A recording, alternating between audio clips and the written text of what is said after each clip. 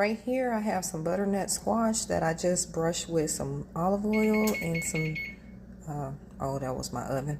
But I just brushed them with olive oil and a little bit of salt and pepper on both sides. So now I'm going to put these in the oven for 45 minutes. And after I take them out of the oven, we're going to stuff the inside, okay? A little skillet here. We just going to add a little olive oil to our pan. See that? Okay. Move this around a little bit. And then I'm going to add in some shallots and some garlic. And then we're going to throw in some spinach with some cranberries. I'm going to toast some pecans. I'm going to throw and mix all that together. And then we're going to stuff that inside of our butternut squash. Correction, you guys. This is going to be acorn squash. So I got my shallots in here. This smells so good. It's like this. I mean, it smells so aromatic and delicious already. Just the onions itself sauteing in this olive oil. As soon as this cooks down, I'm going to add in some red peppers. Forgot to say that earlier. I'm going to dice up some red peppers and throw in here. And then I'm going to add in my garlic. So now I got in my peppers and the aroma, it smells so delicious. And then we're just going to cook this down for about 5-6 minutes or so. And then we're going to add in about 3-4 cloves of garlic. Just added in my spinach along with my garlic. So we're going to cook that down some more. Okay, now that we got this cooked down, I'm going to add in some Tony seasoning. I'm going to throw in my cranberries. Toast my pecans. Once I take the pecans out the oven, I'm going to throw them in here and mix it all together.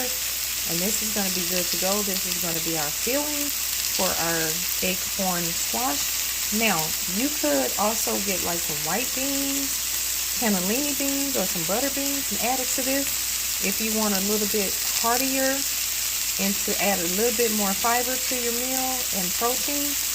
And you could also maybe do black beans if you like. It's just up to you. For those of you who eat meat, by all means, you could add in some ground turkey or some lean ground beef. Whatever you decide, the choice is really yours. If you like bacon, you could crisp up some bacon and throw in here. That will give it a nice crunch and a nice taste. But at this point, I'm no longer eating meat. So I'm just going to add in my Tony seasoning, throw in my cranberries, and do the pecans. And that's going to be the filling for me in here. You could also do, if you wanted to add in a can of diced tomatoes and cook it down and reduce it real low, that would also be great. But for me, this is just what I'm doing today, okay? And then I'm going to saute up some cabbage, some purple cabbage. I cut them in wedges. And I created a nice little glaze to go over them. So I'll explain that to you guys in a minute.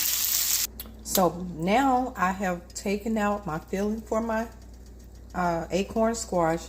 So I just wiped this pan out into this same pan. I added some olive oil. We're going to add in our purple cabbage wedges. And we're just going to put them down. Oh Lord, the grease is popping everywhere. But hey, here we go. Okay, we're just going to add them in like this.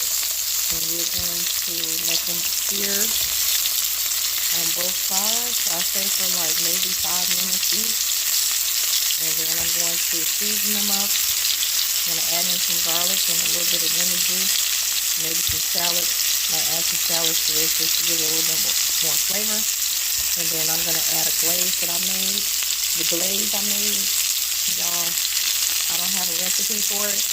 I just added in some ground mustard with some champagne vinegar. Yes, champagne vinegar. I added in a little bit of paprika and some olive oil. And I just seasoned it with salt and pepper. So this is going to go on top of my cabbage once I sear both sides. And then I'm going to cook it for maybe like another minute or two after that. Okay. Y'all, this is my acorn squash that I just took out the oven. So now I'm just going to stuff them and plate them up so you can see what it looks like with the filling. Y'all see how, oh my God, this looks so good and so delicious. And I can't wait to dig in. So we're just waiting on our purple cabbage that I just put in the oven to let it cook for about 5 more minutes. And we're gonna pair it with the cabbage. And I'm gonna cut up some apples with mine because I love apples. So it kind of gives me a sweet taste without adding any sugar or anything like that. So please like and subscribe to my channel. Thank you for watching. Goodbye.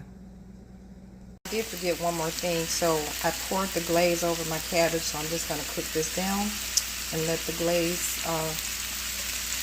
pretty much like crisp up a little bit. So y'all, I'm so sorry I forgot that. So yeah, thank you again.